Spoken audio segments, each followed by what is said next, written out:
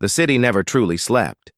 Even before dawn, it breathed in the low hum of engines, distant sirens, flickering streetlights, and hurried footsteps echoing between concrete walls.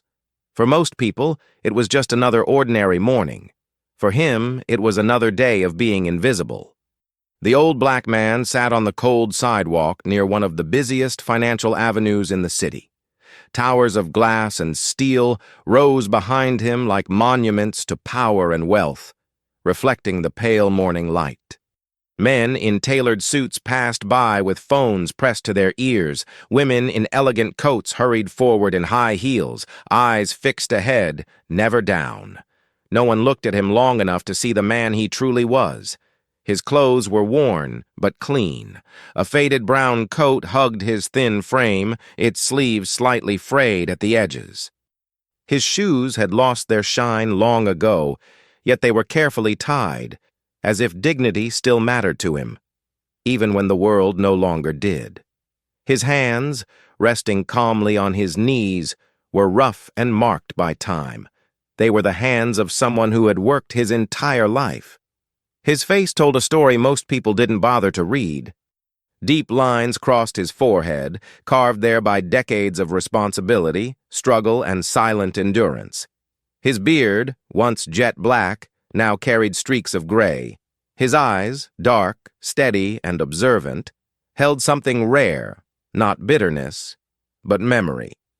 He watched the city wake up, as if he had seen this scene play out 1,000 times before.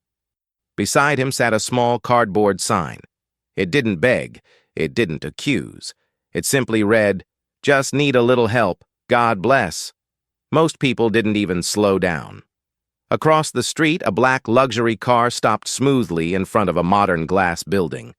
The engine purred quietly, expensive and powerful.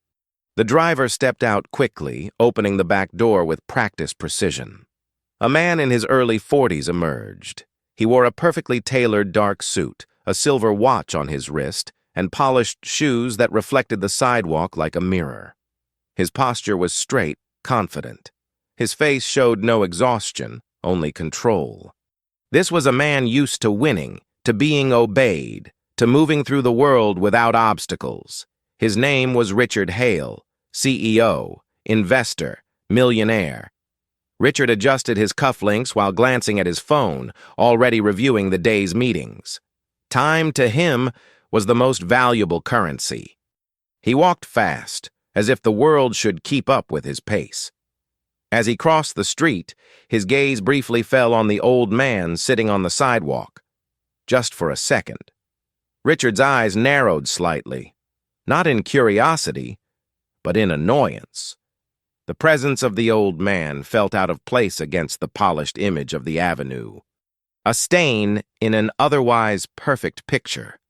Without slowing down, Richard looked away. He didn't hear the faint clearing of the old man's throat. He didn't notice the calm dignity in his posture. He didn't recognize the intelligence behind those aging eyes. To Richard, he was just another homeless man, another problem not worth solving. Another face the city would forget by nightfall. The old man noticed Richard, though. He always noticed people like him, not because of envy, but because he recognized the walk, the confidence, the weight of success carried in the shoulders. He had once walked like that, too. For a brief moment, their eyes met. Something flickered there, something unspoken. Then Richard turned away, already thinking about profits, contracts, and numbers on a screen. The old man lowered his gaze slowly. He had learned long ago not to expect anything. As the morning progressed, the city grew louder. A group of young professionals laughed nearby, coffee cups in hand. A street cleaner pushed his cart past the old man, nodding respectfully. A woman dropped a few coins into his cup without stopping. He thanked her softly. His voice was calm, polite, educated. That alone surprised some people, but not enough to ask questions. A few steps away, a small figure stopped. She couldn't have been more than 9 years old. Her dress was simple, her shoes worn. She clutched a small backpack to her chest and stared at the old man with wide, thoughtful eyes. While everyone else rushed past him, she stood still, as if something invisible had pulled her attention toward him. The old man noticed her and offered a gentle smile. "Good morning," he said. His voice carried warmth. The girl hesitated, then smiled back. "Good morning, sir." She glanced at the cardboard sign, then at his face. "You don't look scary," she said honestly. The old man chuckled softly. "That's good to hear." Before she could say anything else, a woman, likely her mother, called her sharply from across the street. The girl looked back once more, then ran off, disappearing into the crowd. The old man watched her go, something soft passing through his eyes. Somewhere above them, in one of the tallest buildings on the avenue, Richard Hale stood by a massive window overlooking the city. From that height, people looked like ants. Small, insignificant, replaceable. He sipped his coffee and frowned. For reasons he couldn't explain, the image of the old man on the sidewalk crossed his mind again. He shook his head slightly, annoyed with himself. Focus, he thought. There are bigger things to worry about. He had no idea that the man he ignored that morning was about to change everything. No idea that the past he had buried so carefully was sitting quietly on the sidewalk below. No idea that the city's greatest lesson was about to unfold, starting with the man no one saw.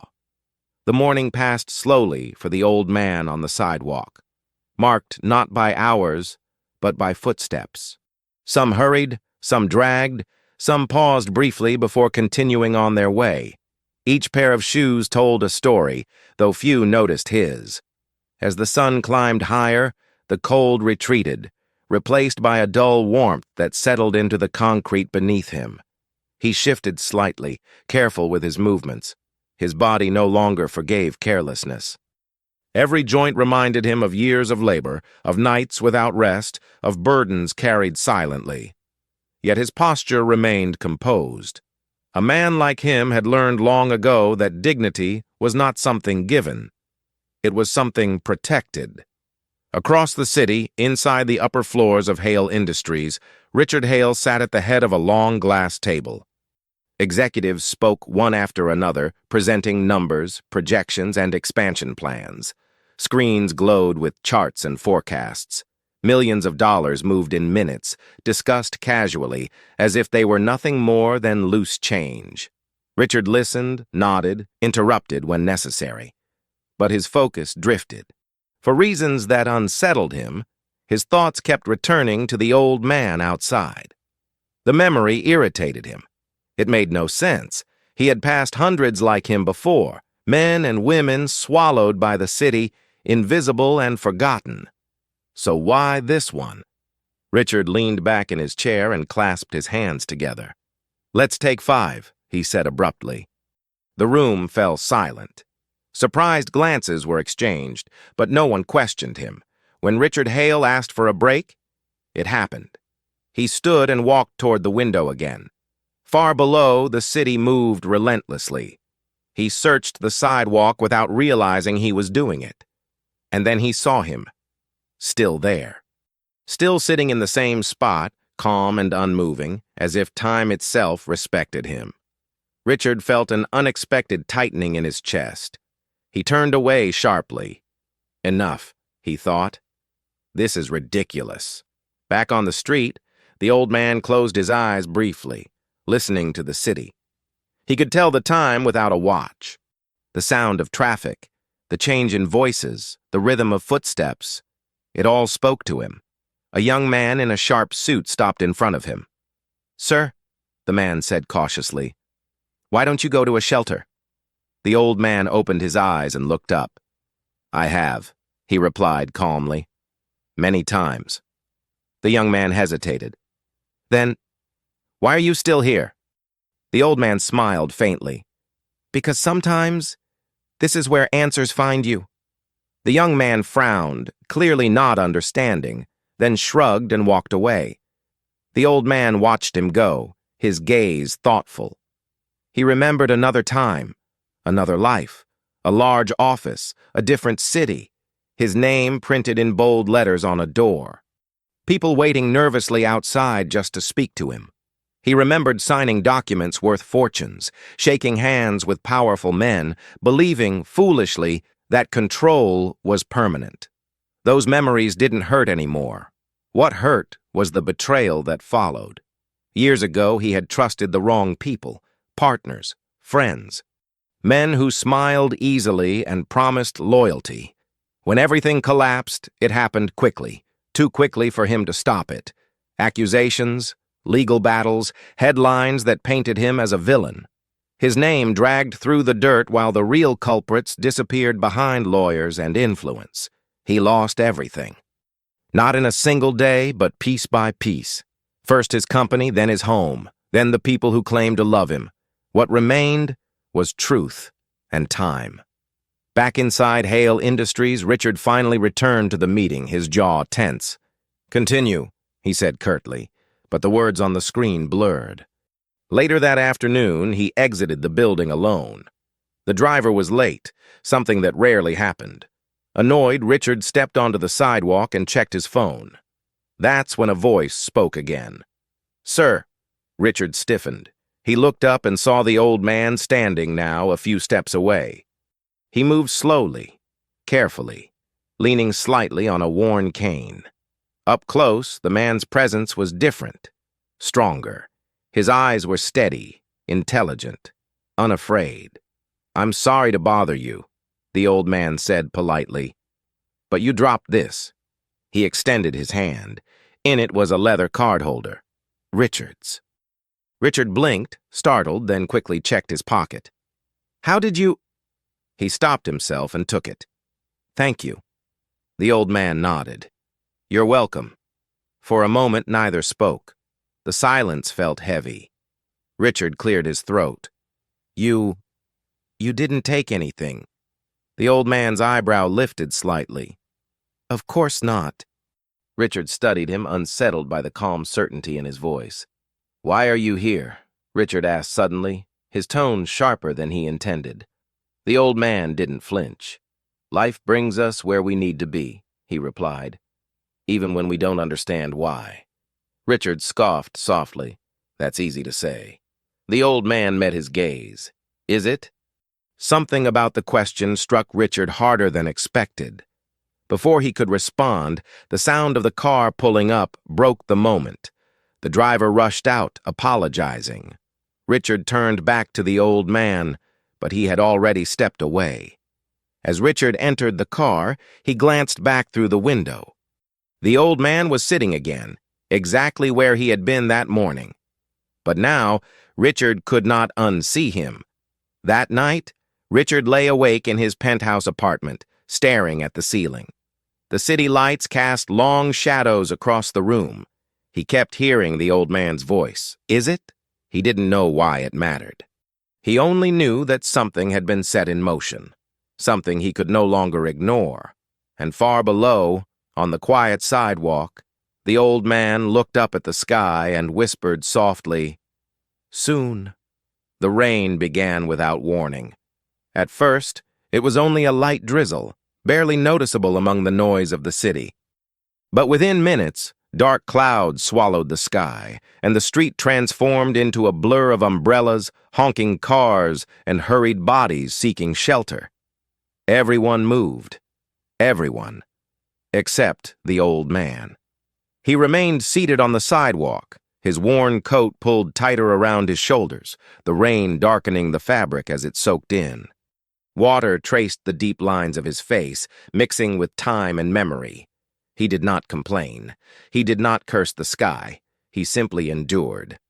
Across the street, inside a cafe with large glass windows, people watched him briefly before turning away. A barista shook her head softly. A couple whispered. A businessman frowned as if the sight bothered him. No one went outside. The old man lifted his gaze toward the sky, blinking slowly as rain slid down his eyelashes. The city had tested him many times before. This was nothing new. What was new was the feeling that today mattered. Several blocks away, Richard Hale sat in the back seat of his car, staring out the window as rain streaked across the glass. The meeting he was heading to had been postponed.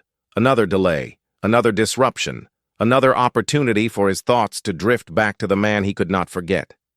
Richard exhaled sharply and rubbed his temples. "This is ridiculous," he muttered. Yet, without realizing it, he leaned forward slightly, scanning the sidewalk as the car slowed near a traffic light. And then he saw him again, still there, soaked, unmoving. Richard felt a strange surge of irritation, at the city, at the weather, at himself. "Stop the car," he said suddenly. The driver glanced at him in the mirror. "Sir?" "I said stop." The car pulled over. Richard opened the door and stepped out into the rain. His expensive shoes touched the wet pavement, instantly ruined. He barely noticed. People nearby stared, surprised to see a man like him step willingly into the storm. Richard crossed the street quickly and stopped a few feet from the old man. "You're going to get sick," he said bluntly. The old man looked up. Rain ran down Richard's perfectly styled hair, darkening his suit. The contrast between them was striking. Wealth and poverty, control and surrender, standing face to face. "Perhaps," the old man replied calmly. "But rain has never been my greatest enemy." Richard frowned. "Why don't you move? There's shelter everywhere." The old man gestured slowly around them. "Shelter is not always safety." Richard clenched his jaw. "You make everything sound like a riddle." A faint smile appeared beneath the old man's beard. "Only because you are listening for answers you are not ready to hear." Richard hesitated. Against his better judgment, he reached into his pocket and pulled out his wallet. He removed several bills, far more than necessary, and extended them. "Take this," he said. "At least get out of the rain." The old man looked at the money, then back at Richard. "No," he said gently. Richard froze. "What?" "I don't need your money," the old man continued. "Not like this." Richard felt heat rise in his chest. "You're standing in the rain, refusing help?" "I am refusing pity," the old man corrected. Something in his voice, firm but not angry, cut deeper than Richard expected. "You think refusing makes you strong?" Richard snapped. The old man's eyes sharpened, not with anger, but with truth. "No," he said quietly. "Knowing who you are does." The rain fell harder. For a long moment neither spoke. Then the old man slowly stood, leaning on his cane. Despite his age, there was something commanding in the way he rose, as if the ground itself respected him. "Tell me something, Mr. Hale," the old man said calmly. Richard stiffened. "How do you know my name?" The old man did not answer immediately. Instead, he stepped closer, close enough that Richard could see every line on his face, every scar time had left behind. "I know many things," the old man said, "some because I lived them, others because I survived them." Richard's heart began to pound. "Who are you?" he asked. The old man studied him carefully, as if weighing a decision that could not be undone. "Someone you once admired," he replied. Before Richard could respond, a loud horn blared nearby. The driver was calling for him. Richard glanced back for only a second. When he turned again, the old man was already walking away, disappearing into the curtain of rain with slow, deliberate steps. That night, Richard did not sleep. Memories he had buried years ago clawed their way to the surface. His first mentor, a powerful black executive who had helped him early in his career. A man who had vanished from the business world after a massive scandal no one fully understood. A man whose name had been erased. Richard sat up in bed, his breath shallow. "No," he whispered. "It can't be." Meanwhile, miles away, in a small abandoned building, the old man dried his coat and sat near a cracked window. The rain continued outside, relentless. He opened a small, battered notebook and turned to a page filled with names, dates, and careful notes. At the top of the page was one name circled heavily, Richard Hale. The old man closed the notebook slowly. "Soon," he said again, his voice barely audible. "Very soon." and for the first time in years, he allowed himself to feel something dangerous. Hope. Morning came slowly, wrapped in gray clouds and restless wind. The rain had washed the streets clean, but it had not washed away what had been awakened. Richard Hale stood in front of the mirror in his penthouse, staring at his own reflection. He looked polished, powerful, untouchable, just as he always had. And yet something was different. His eyes no longer held certainty. They held questions. The name echoed in his mind like a distant bell that refused to stop ringing. The mentor, the man who had once believed in him, the man whose fall had opened doors Richard had never questioned. Richard tightened his tie, his hands trembling just slightly. "That's impossible," he said to himself, but the truth had a way of surfacing when least invited. Down on the street, the old man walked with careful steps, his cane tapping rhythmically against the pavement. The storm had passed, but its weight lingered in the air. He stopped in front of a public library, an old building many no longer noticed. Inside, the smell of paper and dust welcomed him like an old friend. He moved slowly between shelves, his fingers trailing across the spines of books he had once loved. Knowledge had been his refuge long before power ever was. He sat at a corner table and opened an old newspaper archive on a public computer. His hands were steady. Search results appeared. Headlines from years ago filled the screen. Prominent executive accused of financial crimes. A giant falls. The collapse of a corporate empire. Investigation ends with no clear verdict. He stared at the screen for a long time. The articles told a story, but not the truth. His name appeared again and again, attached to words like fraud, deception, betrayal.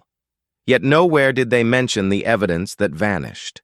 The witnesses who changed their statements, the partners who walked free. History, he knew, was often written by those who remained standing. He closed his eyes briefly. "I remember," he whispered. Across the city, Richard Hale sat in his private office, the blinds half closed.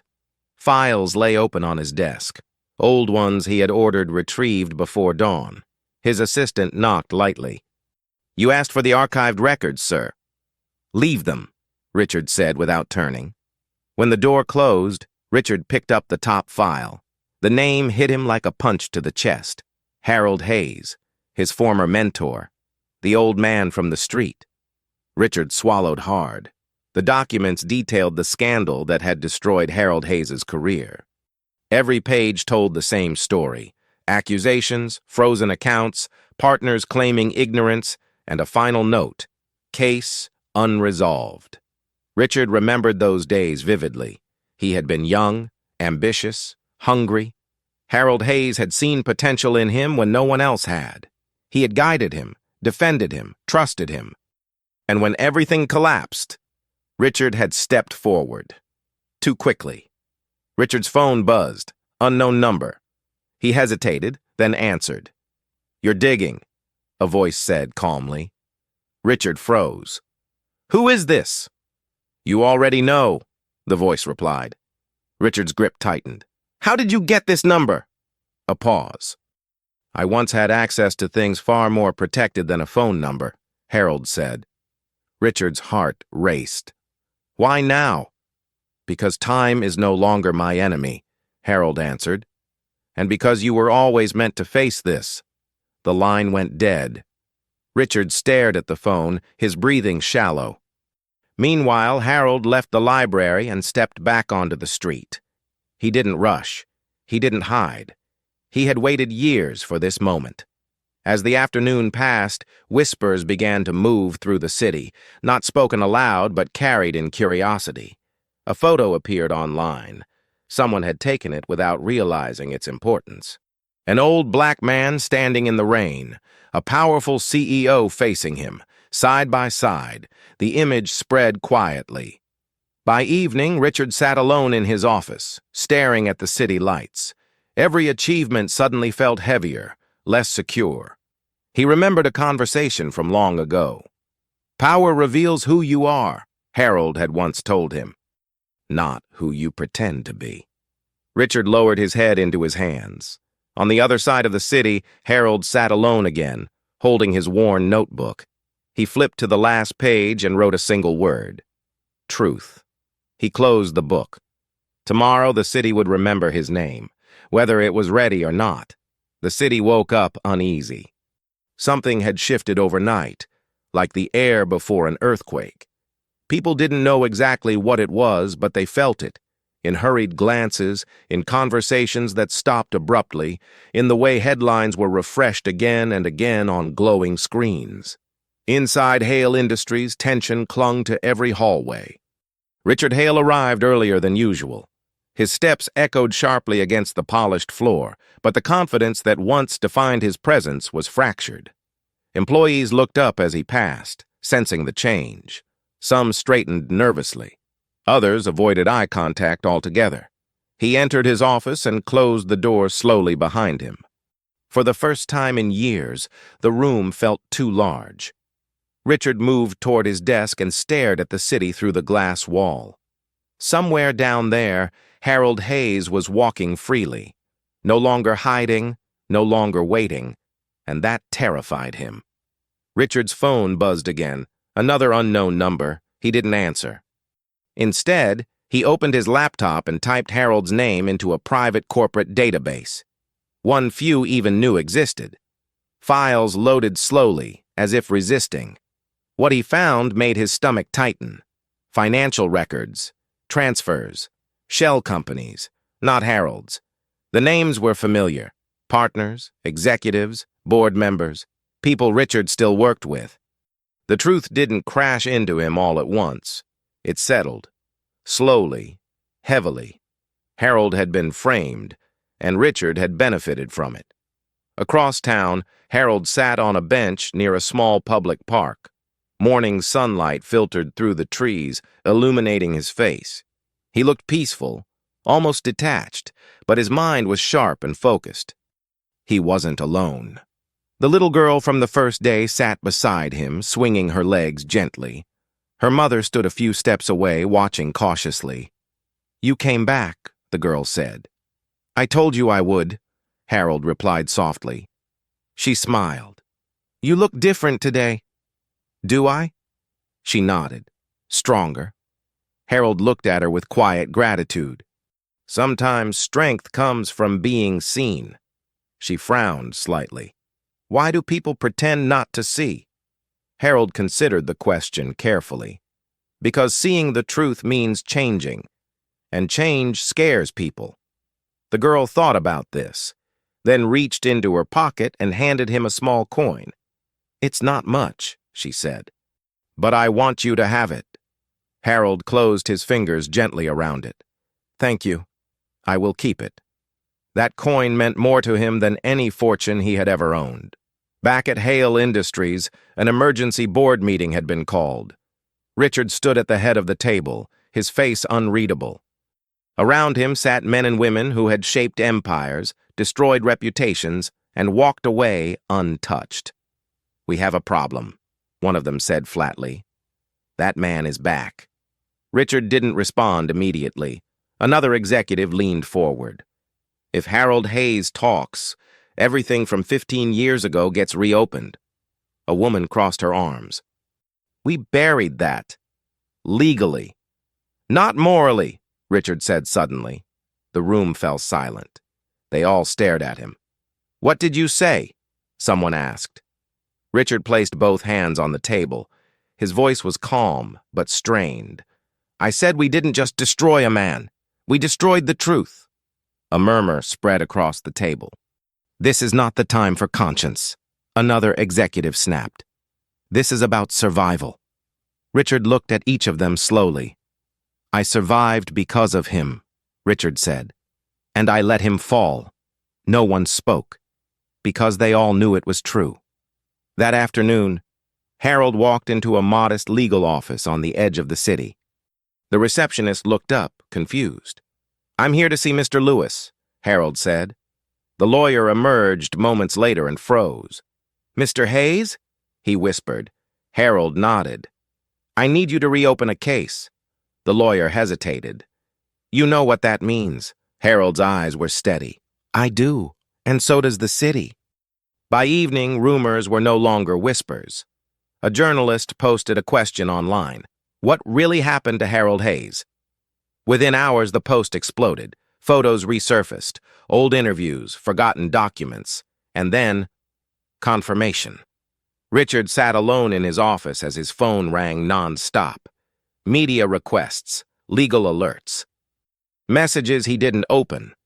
For the first time in his life, there was no deal big enough to silence what was coming.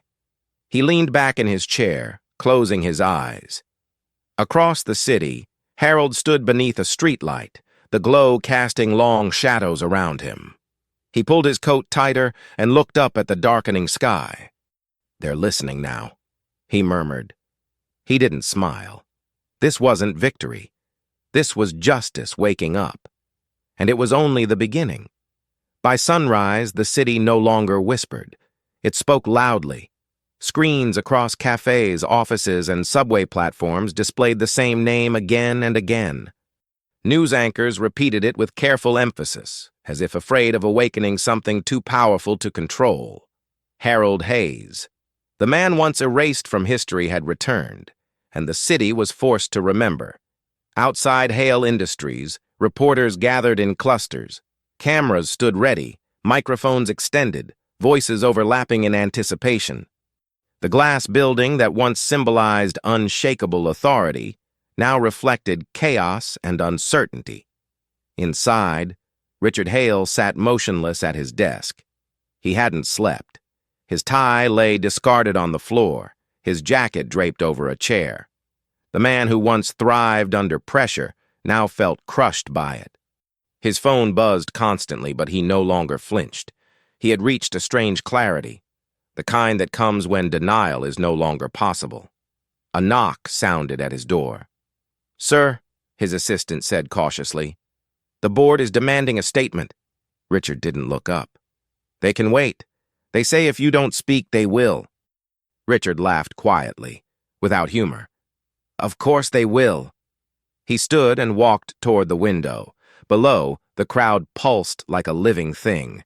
He spotted a familiar corner of the sidewalk across the street. Empty. For the first time since this began, Harold Hayes was not there. And that absence unsettled Richard more than his presence ever had. Across town, Harold sat in a small conference room with faded walls and a single flickering light. Legal documents lay spread before him. His lawyer, Mr. Lewis, leaned forward, voice low. "The evidence is strong," Lewis said. "Stronger than it ever was before." Harold nodded slowly. "Because time revealed what power hid." Lewis hesitated. "Once we move forward, there's no turning back." Harold folded his hands calmly. There never was. Memories surfaced uninvited. The night he was arrested, the shock on his wife's face, the silence of phones that once never stopped ringing. He had survived it all, not because he was innocent, but because he was patient. That patience was finally being rewarded. Back at Hale Industries, Richard was escorted into a private board meeting. Faces turned toward him, some hostile, some fearful, some calculating. One man spoke first. "This is spiraling out of control." A woman added, "If Hayes testifies, we all fall." Richard met their eyes one by one. "Then perhaps we should." Silence slammed into the room. "You don't mean that," someone said sharply. Richard inhaled deeply. "I do." They stared at him as if he had lost his mind. "This company exists because of what we did," another voice argued. "You think the public cares about the truth? They care about stability." Richard shook his head. "They care about stories, and this one won't be buried again." A voice rose angrily. "You owe us your loyalty." Richard's gaze hardened. "I owed Harold Hayes mine first." The meeting ended in fury. Threats were made, legal warnings issued. Alliances shattered. Richard walked out knowing he had crossed a line that could never be uncrossed. That afternoon, Harold stepped into the open again. This time, he did not sit. He stood in front of a courthouse, surrounded by reporters. Cameras flashed, voices shouted questions, security struggled to keep order. Harold raised one hand. The noise fell, slowly. "I am not here for revenge," he said calmly. "I am here for truth." His voice carried, steady, composed, undeniable. For years I was silent, not because I was guilty, but because I was waiting. A reporter shouted, "Waiting for what?" Harold looked directly into the camera. "For the world to be ready to listen." That image spread faster than any denial ever could. Across the city, Richard watched the broadcast from his office. His chest tightened, not with fear, but with something heavier. Respect. Harold Hayes had not returned broken. He had returned unafraid. As night fell, the city buzzed with division. Some defended the powerful. Others demanded justice. Lines were drawn. And then came the call Richard knew would come. Harold's number. This time, Richard answered. "We need to talk," Harold said. Richard closed his eyes. "I know." "Not as enemies," Harold continued. "As men who must face what they allowed." Richard swallowed. "Where?" Harold named the place. The same sidewalk. The same corner. The place where everything began. Richard hung up and stood still for a long moment. Then he grabbed his coat and walked out, past the cameras, past the chaos, into the night. Across the city, Harold waited beneath a streetlight, his cane resting at his side. He wasn't angry, he wasn't afraid. He was ready. Because the next conversation would not belong to the city. It would belong to truth. The street was quieter than it had been in days. Night had fallen gently, muting the chaos that ruled the city during daylight hours. The reporters were gone. The flashing lights had faded. What remained was the soft hum of traffic and the distant glow of street lamps reflecting off wet pavement. Harold Hayes stood beneath one of those lights. He leaned lightly on his cane, his posture calm, deliberate. Time had slowed for him, not because the world had grown kinder, but because he had learned how to wait without fear. Across the street, Richard Hale stepped out of his car. This time there was no driver waiting with the door open, no assistant hovering nearby, no cameras, no audience. Just him. Richard adjusted his coat, his breath visible in the cool night air. Each step toward Harold felt heavier than the last. The sidewalk that once meant nothing now felt like sacred ground, marked by everything he had ignored. When he finally stopped a few feet away, neither man spoke. The silence stretched. It wasn't awkward. It was earned. "You came," Harold said at last. Richard nodded. "I didn't know how not to." Harold studied him carefully. "You look tired." Richard let out a bitter laugh. "That's what happens when lies stop carrying you." Harold inclined his head slightly. "Truth has weight. It always does." Richard swallowed and looked around, as if afraid someone might overhear them. But the city had stepped back. This moment belonged only to them. "I didn't plan it," Richard said suddenly. "What happened to you? I swear that." Harold's eyes didn't waver. "I know." The words surprised Richard. You know." "Yes," Harold replied calmly.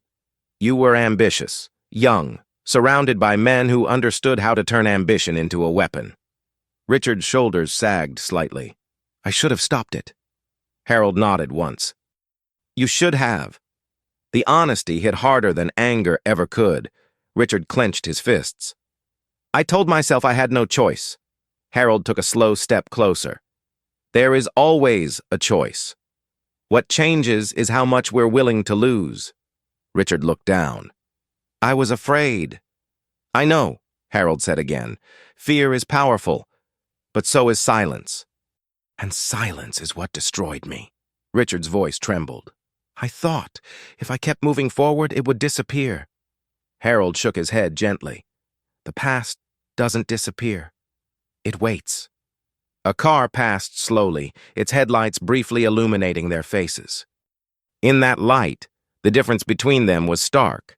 One man marked by power, the other by endurance. You could destroy everything, Richard said quietly. If you testify, if you speak fully, people will go to prison. The company will collapse. Harold's gaze hardened, not with cruelty, but with resolve. It already collapsed. It just hasn't fallen yet. Richard looked up sharply.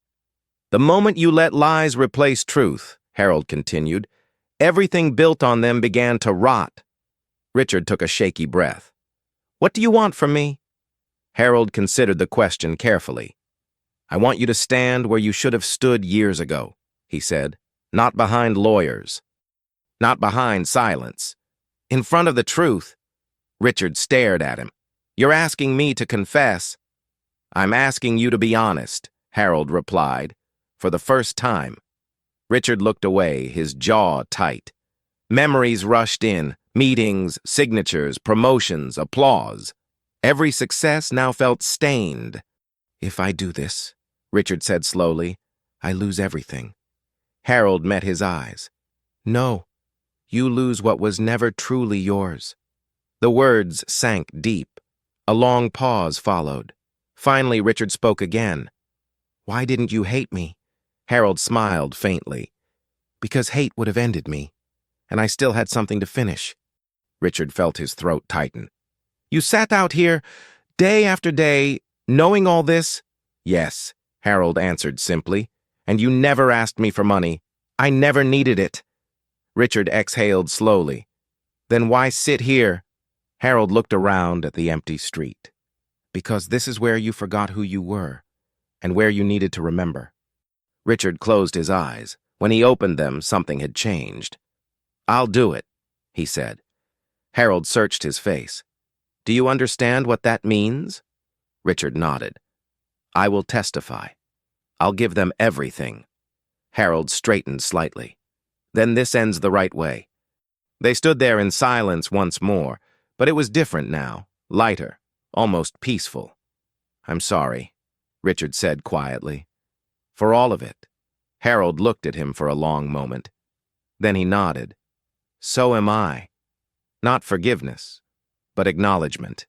As they parted, Richard walked back toward his car, not as a CEO, not as a man protected by walls of glass, but as someone finally exposed.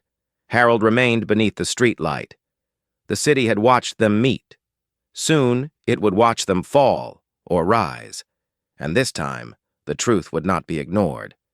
The courtroom was filled before sunrise. Wooden benches creaked under the weight of bodies packed too closely together. Journalists, observers, former executives, and ordinary citizens who had waited years without knowing it.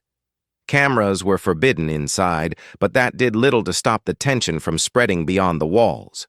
Outside, crowds gathered behind barriers, phones raised, eyes fixed on the doors. The city was holding its breath.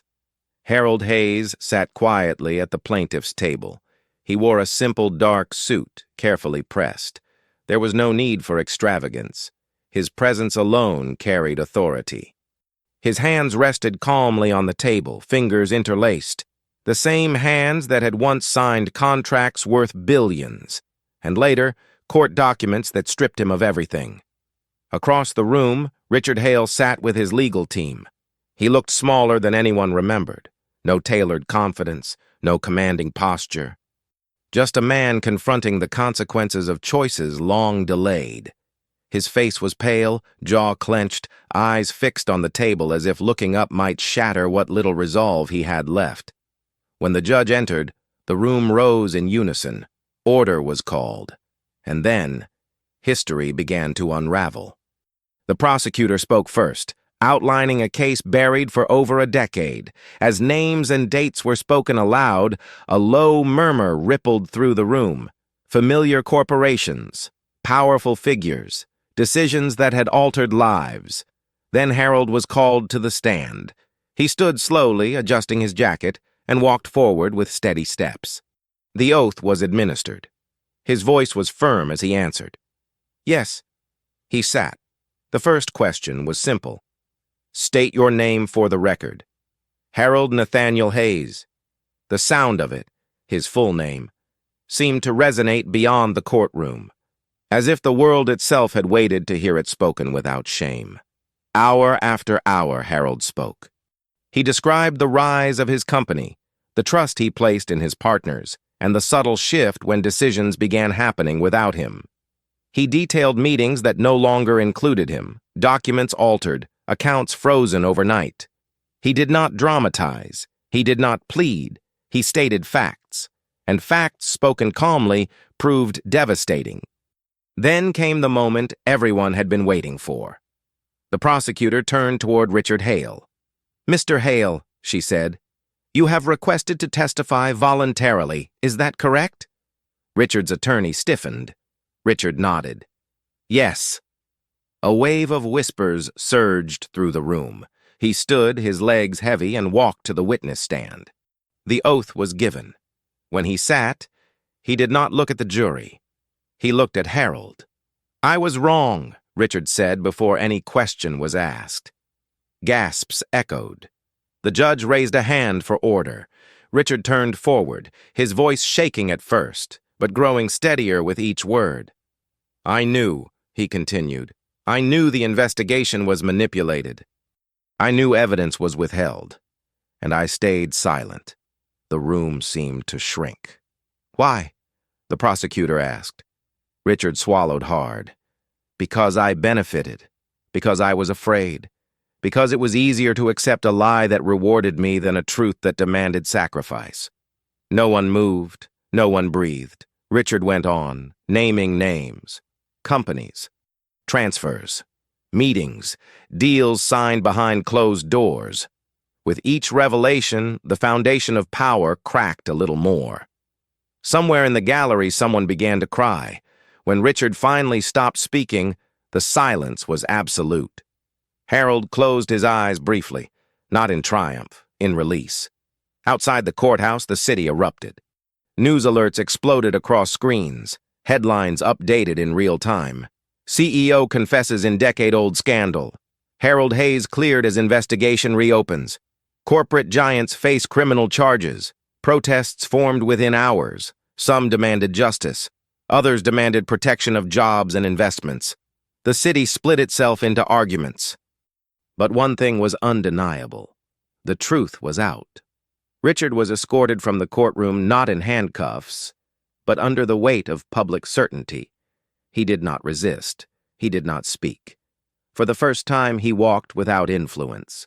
Harold exited through a side door. The same little girl from weeks ago stood near the steps with her mother. When she saw him, her face lit up. "You told the truth," she said. Harold smiled gently. "Yes, and now it's the world's turn to listen." She hugged him without asking. Harold rested a hand lightly on her shoulder. That night, the city did not sleep. Board members resigned. Arrest warrants were prepared, stock prices collapsed. Empires built on silence trembled, and Harold Hayes returned to the same sidewalk one last time. He stood beneath the streetlight, not sitting now, just standing, whole. Richard's words echoed in his mind. I was wrong. Harold looked up at the sky. For years, he had imagined this moment as loud, victorious, explosive. Instead, it was quiet, peaceful. Because justice, when it finally arrives, does not shout. It settles. And tomorrow, the city would wake up changed. Time did not rush forward after the confession. It dragged. Days turned into weeks, and the city learned that justice, unlike scandal, moved slowly and without spectacle.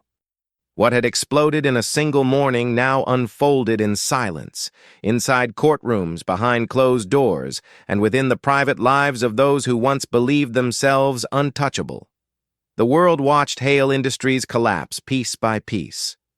Executives resigned publicly, some with statements of regret, others with nothing but carefully chosen legal words. Investigations expanded beyond what anyone had anticipated. Accounts were frozen, properties seized. Names that once symbolized power were suddenly spoken with suspicion. Richard Hale became one of those names. He was no longer called CEO, no longer called visionary, no longer invited to speak. Instead, he was described as Cooperating witness. Former executive. Central figure. In a modest apartment far from the city center, Richard sat alone most evenings. Gone were the skyline views and the constant movement of staff. The silence felt unnatural at first, then unavoidable. He spent hours staring at documents he no longer controlled. Sometimes he didn't read at all. He simply remembered. The first deal he closed, the first compromise he justified. The moment silence became habit. There was no self-pity left in him, only accountability. One afternoon, his lawyer visited. "The charges will move forward," the man said carefully. "Your cooperation will matter, but it won't erase everything." Richard nodded. "I don't expect it to." The lawyer hesitated. "You could still try to protect what's left." Richard shook his head. "What's left needs to fall." Across the city, Harold Hayes experienced something unfamiliar. Recognition. People stopped him on the street, not to ask for money but to shake his hand. Some thanked him quietly, others apologized, embarrassed by how easily they had believed the lie. Harold accepted neither praise nor apology easily.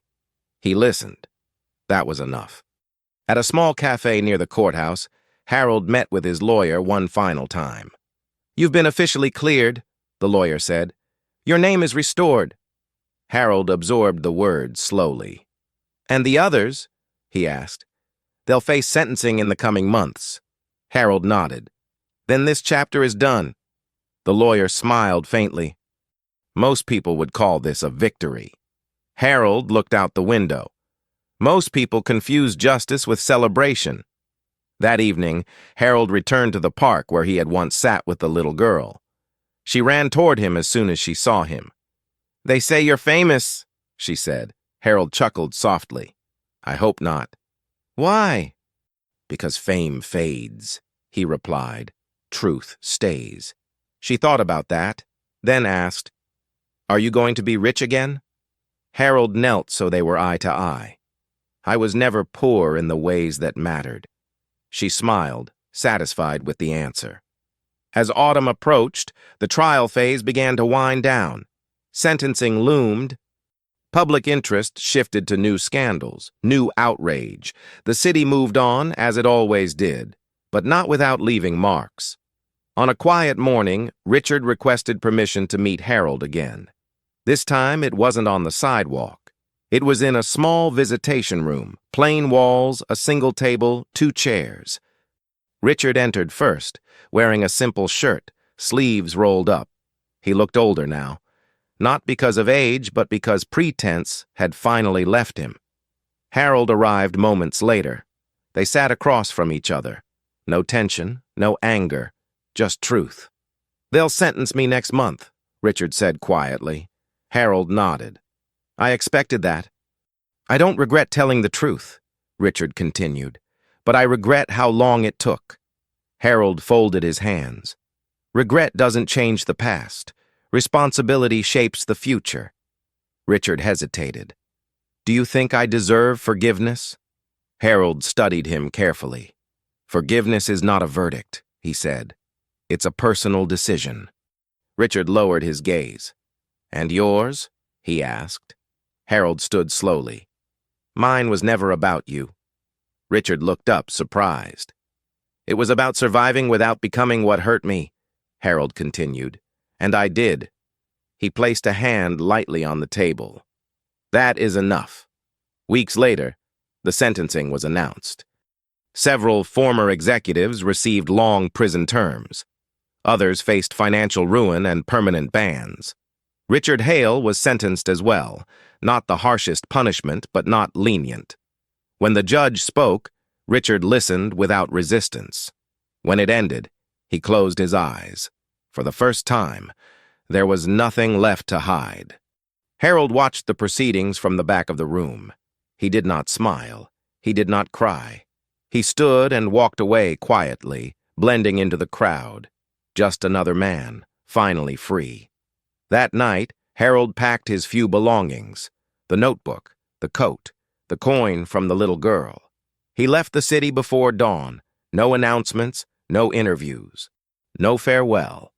Somewhere beyond the skyline, a chapter ended, and another, quiet, honest, unburdened, was about to begin. The city did not notice when Harold Hayes left. There were no cameras waiting at the station, no headlines announcing his departure, no final statement delivered to the public. The same streets that once swallowed him in silence now let him pass without recognition. And that was exactly how he wanted it. The train moved slowly at first, then faster, carrying him away from the skyline that had defined both his rise and his ruin. Harold sat by the window, his reflection faint against the glass, layered over passing lights and distant buildings. For the first time in years, he felt no need to look back. He carried little with him, just a worn bag, his old notebook, and the quiet certainty that nothing was unfinished anymore. As the city disappeared behind him, Harold thought about the strange symmetry of it all. He had once owned offices that touched the clouds. He had spoken to rooms full of powerful men who waited for his approval. And yet, the most important moment of his life had happened on a sidewalk, unnoticed, uncelebrated, dismissed by nearly everyone who passed. Except one man, except one child. Elsewhere, in a place defined by routine and restraint, Richard Hale woke to the sound of a bell. Not an alarm, a bell. It echoed through the corridor, signaling the start of another day measured not by ambition, but by accountability. Richard sat up slowly on the narrow bed, rubbing his face. The mirror on the wall showed a man stripped of illusion. No tailored suit, no glass towers, no titles, just a man. At first, the absence of power had terrified him. The silence where praise once lived had felt unbearable. But over time, something unexpected had taken its place. Clarity. Richard volunteered for every responsibility available: cleaning, organizing, tutoring, not to earn favor, but because movement kept regret from consuming him. Some nights he wrote letters he never sent. Letters to his younger self. Letters to Harold. Letters to no one at all. He wrote because silence no longer felt like protection. One afternoon, months later, Richard received a simple envelope. No return address. Inside was a single sheet of paper. Only one sentence written in steady handwriting. Live honestly. That is the only apology that lasts. Richard read it again and again. He never asked how Harold knew where to send it. He understood. Far away from the city, Harold settled into a quiet coastal town where time moved gently. He rented a small room overlooking the water and took long walks along the shore each morning. People greeted him kindly, without curiosity, without judgment. They did not know his story, and he did not offer it. At a local community center, Harold volunteered to help young entrepreneurs, people with ideas but little guidance. He listened more than he spoke. When he did speak, his words carried weight, not because of who he had been, but because of what he had survived. One evening, as the sun dipped low and painted the sky in gold and amber, Harold sat on a bench overlooking the ocean. The waves moved with quiet persistence, never rushing, never stopping. He took out his old notebook. Most pages were filled, names crossed out, dates marked, notes written during years of waiting.